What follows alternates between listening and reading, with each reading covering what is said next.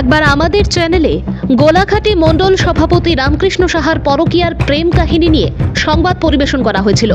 ধারাবাহিকভাবে আবারও পরকীয়া প্রেমে আবদ্ধ মণ্ডল সভাপতি রামকৃষ্ণ সাহা এবং তার প্রেমিকার সাথে ফোনের মাধ্যমে কথোপকথন প্রকাশ করা হচ্ছে।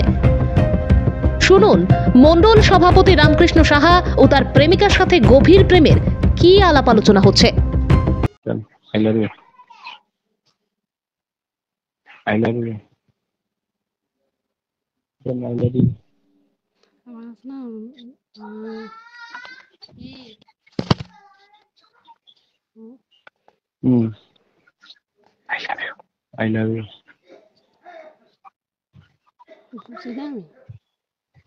বুঝবা না, বুঝবা কেমনি? না অবস্থা রাখছি না আমি নাটক করি না, আমরা নাটক কোনো না মনে হলে কিছু করার নেই, আমার দুর্ভাগ্য।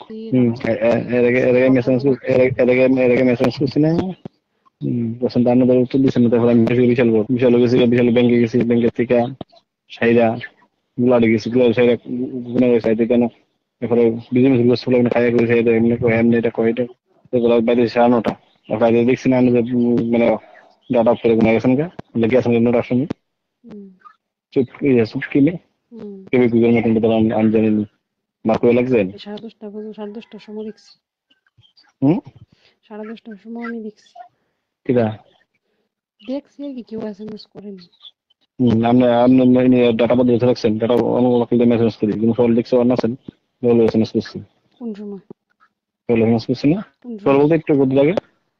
আর সকাল থেকে ফল তো ঘুমাইছি বের এসে আরো বেগম মোবাইল দেখে এমন ফোন ধরে কেন কথা বলছি লাস্ট টাইম রাখতে হে কথা রাখতে দিছি না না দুশো প্রশ্ন টাইমিং মিলছে না, দুশো কমে গেলে দুশো প্রশ্ন নেই, টাইমিং মিলছে না, দুশো কিছু নেই, দুশ নাকি গুণ নাকি দুশগুণে কোনো কিছু নেই। কারণ তুমি মেরে রাখবে, আমি কোনোদিন মেরি কারণ তুমি বউ বাচ্চা সংসার সামালতে কথা কম লাগে। আমি জানি কিন্তু বলে আমি জীবন কথা বলতে পারলাম না, তুমি জন্ম গেছি জীবন সময় কথা বলতে পারলাম না, মেরি চিন্তা ভাবনা করে কথা বলতে দামে থাকবো, বলে আমরা বউ থাকবো, বাচ্চা থাকবো, আমার বাচ্চা থাকবো, টাইমিং